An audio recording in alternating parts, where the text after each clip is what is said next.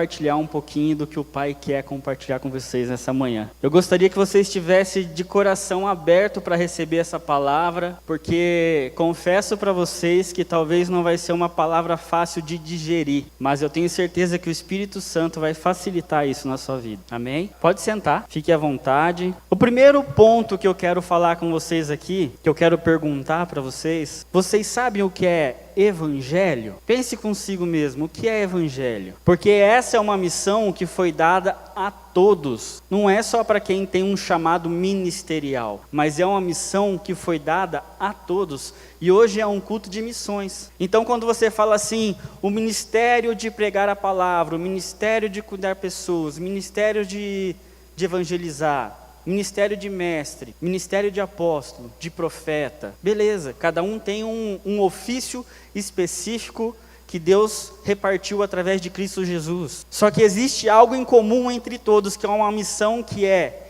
ide, pregai o evangelho a todos. E essa missão é dada a todos nós, independente se você tem um chamado ministerial ou não. Então eu pergunto para você, Luiz, pessoas, crentes, filhos do Pai, o que é evangelho? Pasmem vocês, eu já dei aula para algumas turmas de outras igrejas, e eu fiz essa pergunta e poucas respondiam de uma forma correta e simples o que é o evangelho. E isso é preocupante, irmãos. É preocupante, porque pessoas que estão dentro de uma escola, dentro da igreja, dentro da escola, não sabem responder uma questão simples de o que é evangelho. Imagine aquelas pessoas que nem fazem parte da escola, que não estão interessadas em aprender mais. Sabe por que eu pergunto isso? Porque isso vai fazer toda a diferença na minha e na sua salvação. Isso faz toda a diferença na salvação também de outras pessoas, porque a gente não tem que focar na vida aqui terrena, nós temos que mirar no alvo, que é Cristo, que é o reino. Nós estamos,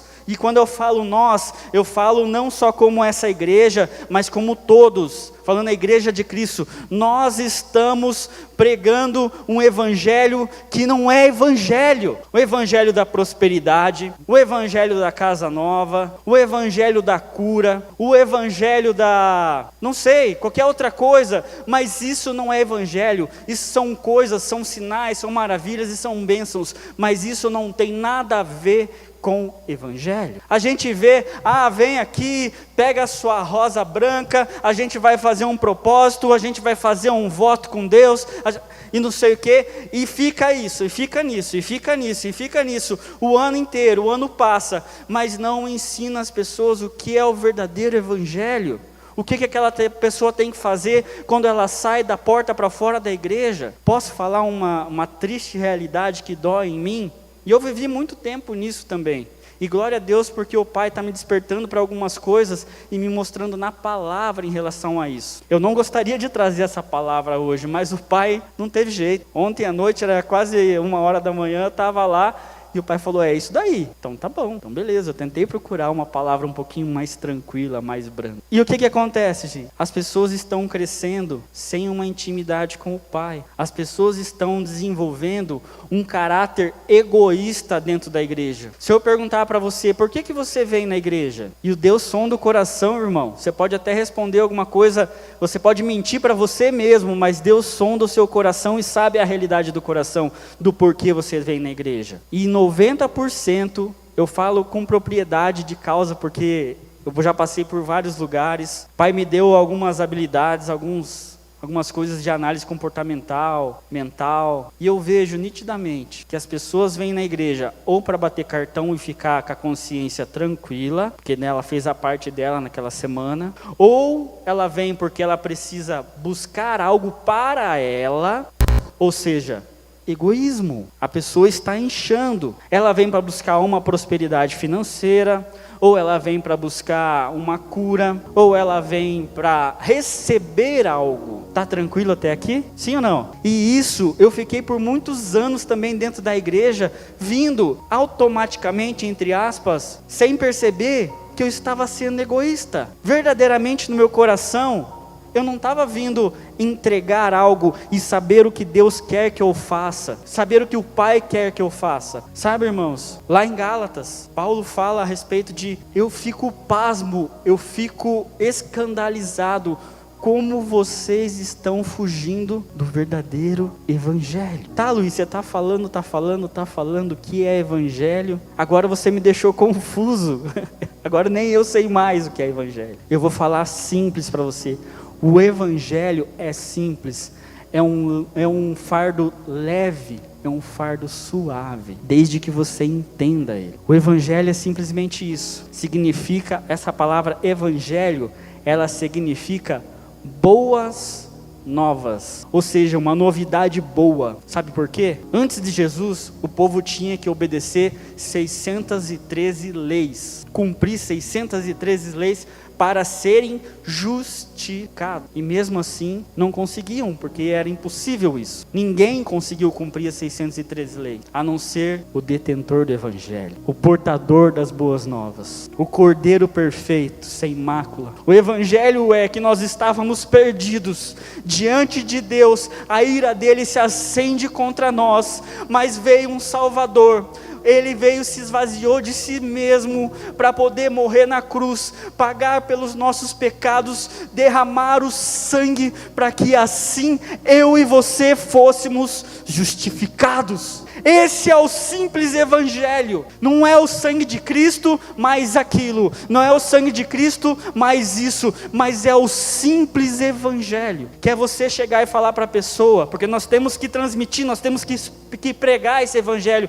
Cara, Cristo morreu por você, Ele pagou o preço por você, sabe, a morada na eternidade, que Ele falou que tem muitas moradas, Ele pagou para você, tem uma casinha lá para você, só tem uma chave para você acessar isso, que se chama fé, que é você crer nisso. Eu estava lá, você estava lá quando Jesus foi crucificado? Sim ou não? Então nós temos que usar o quê? A fé. Nós temos que crer, sem sombra de dúvidas. Mas é simples assim? É simples, Luiz. O amor do Pai nos constrange. Se Ele fala que nós temos que perdoar para ser perdoados, Ele não é hipócrita, Ele é o primeiro a fazer, Ele é o primeiro a perdoar. Se Ele fala que nós temos que ofertar, Ele não fala para a gente fazer e fica de mãos atadas, Ele é o primeiro a ofertar. O pai é aquele que dá o exemplo ao filho, e o filho copia o pai. Esse é o verdadeiro pai, esse é o verdadeiro evangelho. Você não tem que ter medo, você não tem que ter vergonha de falar de Jesus.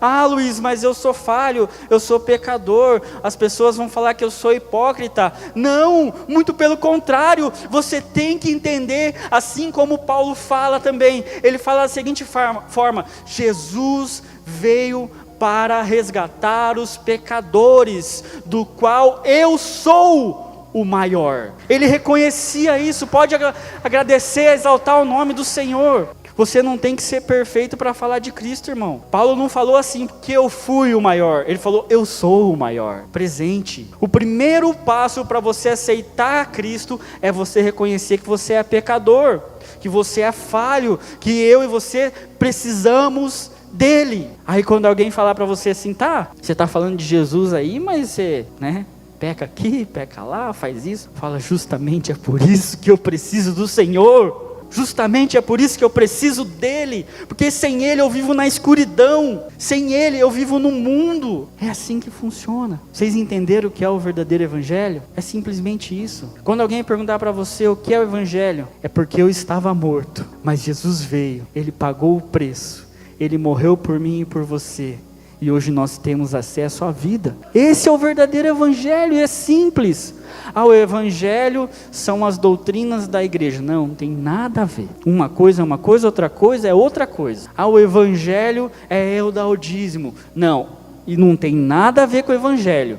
Evangelho é uma coisa, dízimo é outra coisa, oferta é outra coisa. Quer dizer que a gente não tem que fazer essas coisas? Muito pelo contrário, porque quando você entende que você é pecador, podre, totalmente corruptível, e mesmo assim o Pai, Ele te abraça e Ele te recebe, você não vai amar Ele pelo que Ele pode fazer, mas pelo que Ele é. Você vai fazer as coisas por Ele, não porque você tem que cumprir a lei, ou você tem que cumprir alguma coisa, não, você vai fazer porque você é grato, e isso depois que você vai entendendo, vai desenvolvendo um amor dentro de você, que você não consegue mais ficar de braço cruzado, só vindo, escutando a palavra, indo para casa e vivendo a semana, volta aqui no domingo de novo, passa ano, entra ano e é a mesma coisa. Não, quando você entende o verdadeiro evangelho, a gente vai começar a crescer de graça em graça, de fé em fé, até a plena maturidade de Cristo. E aí nós vamos ter que fazer algumas coisas aqui.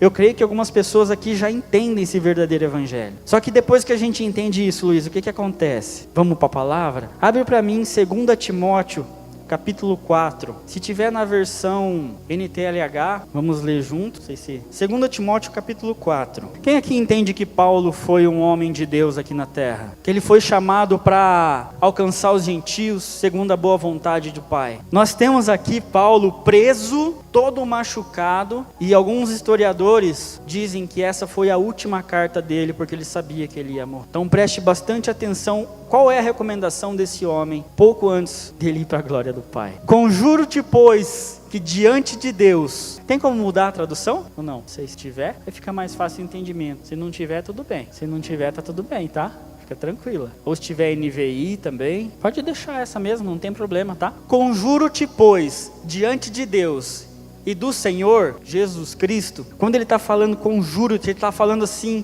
Preste muita atenção nisso que eu vou falar. Isso é de suma importância. Que há de julgar os vivos e os mortos na sua vinda e no seu reino. Pode passar. Que pregues a palavra. Aqui algumas traduções falam que pregues o evangelho. Instes a tempo e fora de tempo. Ou seja, faça isso em tempo e fora de tempo. Não importa a hora, faça. Corrijas, repreendas, exorte com toda a longanimidade e doutrina. O que é isso? Que palavra estranha é essa? É paciência, é amor, é zelo. Quem aqui já assistiu The Chosen? Vê o Jesus lá? Eu vejo Jesus muito próximo daquilo. Não é um Jesus que fala, você tem que não sei o quê, e baba. Não, eu vejo Jesus de uma forma tranquila, longanimidade e doutrina. Não estou falando que a pessoa que grita não está sendo usada pelo Espírito Santo. Talvez só ainda não atingiu a maturidade de Cristo. E está tudo bem. Isso vai crescendo e desenvolvendo. Talvez seja até uma cultura, né, local. Beleza. Mas a gente tem que fazer isso. Porque virá tempo em que não suportarão a sã doutrina.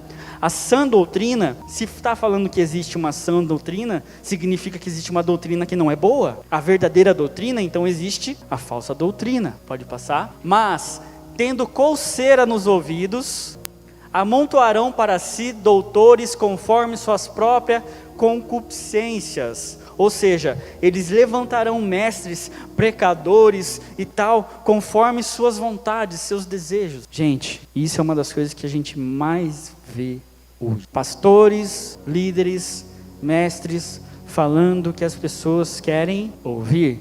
Para quê? A gente sabe o para quê. E o verdadeiro evangelho não é isso. A própria palavra de Deus fala, se você está preocupado com o que você vai comer, com o que você vai vestir, busque o reino. E essas demais coisas vão ser acrescentadas naturalmente. Eu vou fazer uma campanha para prosperidade. Beleza. Eu te aconselho uma coisa mais eficaz. Só busque o reino. Só pregue o evangelho. É simples. E naquele tempo já estavam mudando tudo isso. Deixa eu ver qual que é o próximo. Vamos ver se tem mais aí. E desviarão os ouvidos da verdade, voltando às fábulas. Mas aqui tá bom. Até aqui tá bom. Sabe, gente, eu sou um cara assim que... Eu falo que tudo que eu sei não foi eu. Foi o Pai que me deu. Tudo que eu tenho não é meu, foi o Pai que me deu. Se você começar a entender isso, você também vai começar a encher teu coração de gratidão. Igual quando você reconhece que você é pecador. Se você não entende isso, cara, eu recomendo você ir no teu quarto, na tua casa. De noite é um lugar é uma hora propícia para isso. Fecha lá o cantinho, entra lá e fala com o Pai. Se meu povo que se chama pelo meu nome se humilhar o quê? É você se esvaziar diante do Pai, é você ficar nu diante do Pai e falar, Pai, está aqui todos os meus defeitos, está aqui toda a minha podridão, eu preciso de Ti, papai, porque se eu não tiver o Senhor, não tem o que fazer. Ele é maravilhoso, Ele é amoroso. Quando o homem caiu lá atrás com Adão, Ele já tinha um plano de resgate para mim e para você. Papai maravilhoso. Eu gostaria que colocasse Tiago 1, versículo 27. Depois que a gente entende o evangelho, nós temos que fazer isso.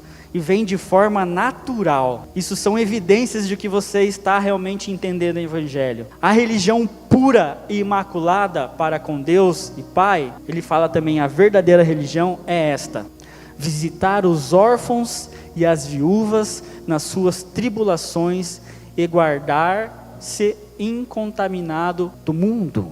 O Luiz veio aqui trazer para vocês algo que a gente precisa fazer como cristão, como entendedores do Evangelho. Suportar as pessoas que estão em necessidade. Suportar as pessoas que estão em necessidade. E eu venho orando isso. Eu confesso para vocês, vou dar um breve testemunho aqui. Deixa eu deixar meu celular aqui para eu acompanhar a hora, né? Um breve testemunho aqui.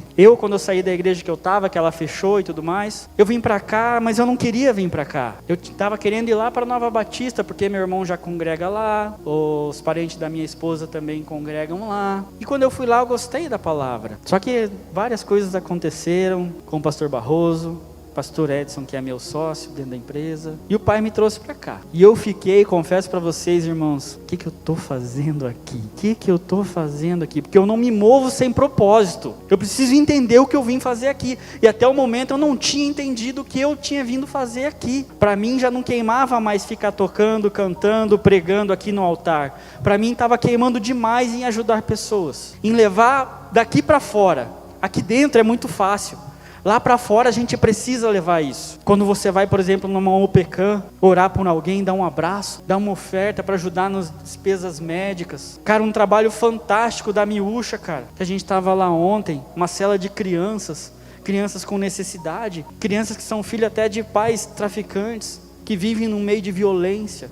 Em 2019, dia 24 de dezembro de 2019, eu e meu antigo sócio Alisson, nós fomos fazer um trabalho de levar brinquedos, alimento e roupas no dia 24 de dezembro, como Natal ali, para as crianças lá no bairro 14, uma parte carente lá. E ontem, indo na célula, eu tive a alegria de ver duas menininhas pequitinhas que estavam lá na célula, lá de 2019. Uma sementinha que foi plantada lá atrás, está gerando fruto ali na célula da Miúcha. Mas tem que sair dessas quatro paredes aqui. Tem que sair. Papai. Seja grato ao Senhor aí onde você está. Sinta o amor do Pai por você. E transborde esse amor para as outras pessoas. É isso. E por último, eu gostaria que abrisse Mateus 25. Essa aqui para a gente poder finalizar. Mateus 25, a partir do verso 31. Aqui ele está falando das ovelhas e das cabras. Ou do joio ou do trigo. Alguma coisa assim, porque eles crescem juntos. E quando o Filho do Homem vier em sua glória, e todos os santos anjos com ele, então se assentarão no trono da sua glória. Aqui nós estamos falando quando Jesus vier com seus anjos, com a sua glória, desse retorno de Jesus. E todas as nações serão reunidas diante dele, e apartará uns dos outros, como pastor dos bodes e ovelhas. Na tradução que eu li, era cabras e ovelhas, mas tanto faz, bodes ou ovelhas. E porá as ovelhas à sua direita, mas os bodes à esquerda. Então dirá o rei aos que estiverem à sua direita, que são as ovelhas: Vinde, benditos de meu Pai, possuí por herança o reino que vos está preparado desde a fundação do mundo. Porque tive fome e deste-me de comer, tive sede e deste-me de beber. Era estrangeiro e me destes e hospedaste-me. Estava nu e vestiste-me. Adoeci e visitaste-me. Estive na prisão e foste me ver. Então os justos, ou seja, as ovelhas, vão perguntar para ele, dizendo: Senhor, quando te vimos com fome e te demos de comer? Ou quando te vimos com sede e te demos de beber? E quando te vimos estrangeiro e te hospedamos? Ou nu e te vestimos? E quando te vimos enfermo ou na prisão e fomos te ver? E respondendo o rei, lhes dirá: em verdade vos digo, que quando fizeste a um destes meus pequeninos irmãos, a mim o fizestes. Pai é maravilhoso, irmão. Quando você cuida do irmão, você está cuidando do próprio Rei dos Reis. E agora, vamos ver os bodes?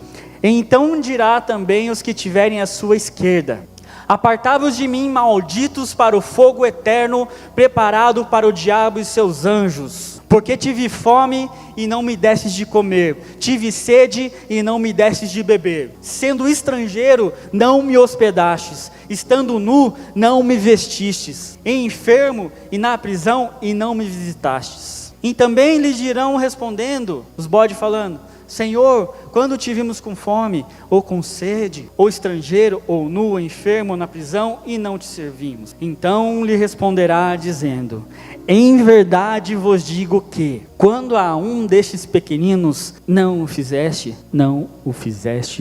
a mim. Ore ao Pai para te dar um coração sensível para ajudar as pessoas. Porque você já foi ajudado, você já foi resgatado. Agora você precisa ser um fio condutor para que essa energia do Senhor vá até essas pessoas. Culto de missões, missão não é só lá na África, missão é aqui, é no teu vizinho, é no bairro carente aqui da cidade. Aí eu entendi o que Deus veio me colocar para fazer aqui, quando nasceu um instituto para ajudar pessoas, famílias carentes. Agora faz todo sentido para mim. Quando você vê aquela plaquinha ali, traga alimento, mas sabe o que é melhor? Você levar o alimento.